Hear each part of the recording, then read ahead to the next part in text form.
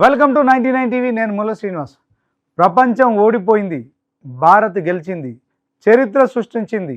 700 ఏళ్ల ఇంధన రహస్యం ఇప్పుడు భారత్ చేతుల్లో ఉంది. దాంతో అమెరికాతో సహా ప్రపంచ దేశాలన్నీ నిర్గంతపోతున్నాయి. ప్రపంచమంతా ఇంధనం కోసం వెతుకుతుంటే తన సొంత మట్టిలోని ఇసుక రేణువుల్లో ఉన్న ధైర్యం దాచుకున్న దేశం భారత్. 140 కోట్ల జనాభా అవసరాలకు బొగ్గు, పెట్రోల్ సరిపోవని గుర్తించిన భారత్ ఆకాశంలోని సూర్యుడి కంటే ప్రకాశవంతమైన కళ కన్నది. అభివృద్ధి చెందిన దేశాలు యురేనియం కోసం పరుగులు తీస్తుంటే భారత్ తన సముద్ర తీరాల్లోని ధైర్యం నిల్వలను చూసి చిరునవ్వు చిందించింది. ప్రపంచ ధైర్యం నిల్వల్లో 25% కలిగి ఉన్న భారత్ రాబోయే 700 ఏళ్ల ఇంధన భద్రతను అక్కడే దాచి ఉంచింది. ధైర్యం ఉన్నంత మాత్రాన సరిపోదు, దానిని మండించడానికి ఒక్క నిప్పు కణిక కావాలి. అణు విజ్ఞాన దిగ్గజం హోమీ జహంగీర్ బాబా 1950లలో రూపొందించిన 3 అంచెల ప్రణాళిక కేవలం కాగితం కాదు, అది ప్రపంచాన్ని ఆశ్చర్యపరిచే భారత బ్లూ ప్రింట్. మొదటి దశలో సహజ యురేనియం వాడి దాని ద్వారా ప్లూటోనియం అనే మంత్రం లాంటి ఇంధనాన్ని వాడి భారత్ వేరు చేసింది. ఇది విత్తనాన్ని నాటి వటవృక్షాన్ని పెంచడం వంటి అద్భుత విద్య. పాశ్చాత్య దేశాలు భారత్ను చూసి నవ్వాయి. ఈ ప్రమాదకరమైన సాంకేతికత మీకు అబ్బదు అని తీర్పునిచ్చాయి. కానీ 2025 ఏప్రిల్ 7న Kalpakkam fast breeder reactor criticality సాధించడంతో ప్రపంచం నిశ్శబ్దమైపోయింది.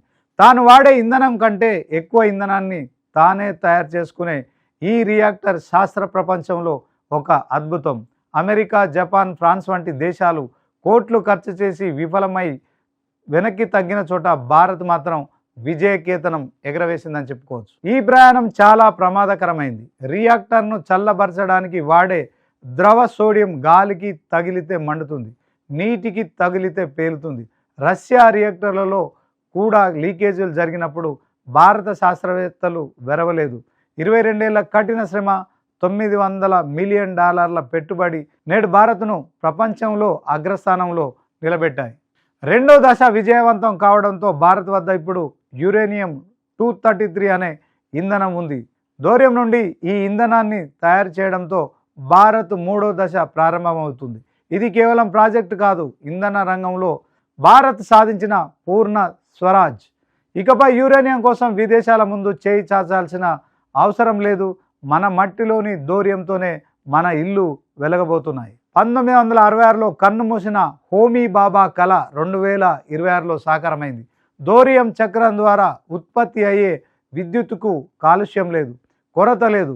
ISRO అంటే ఇస్రో అంతరిక్షంలో సాధించినట్లే అణుశక్తి రంగంలో కూడా భారత్ సత్తాను ప్రపంచం అంగీకరించింది. భారత అణుసింహం మేల్కొంది. ఇక 700 ఏళ్ళు భారత్ ప్రపంచాన్ని నడిపిస్తుంది. ISRO అంటే ఇస్రో అంతరిక్షంలో సాధించినట్లే అణుశక్తి రంగంలో కూడా భారత్ తన సత్తాను ప్రపంచం అంగీకరించింది. భారత అణుసింహం మేల్కొంది. ఇక 700 ఏళ్ళు భారత్ ప్రపంచాన్ని నడిపిస్తుంది.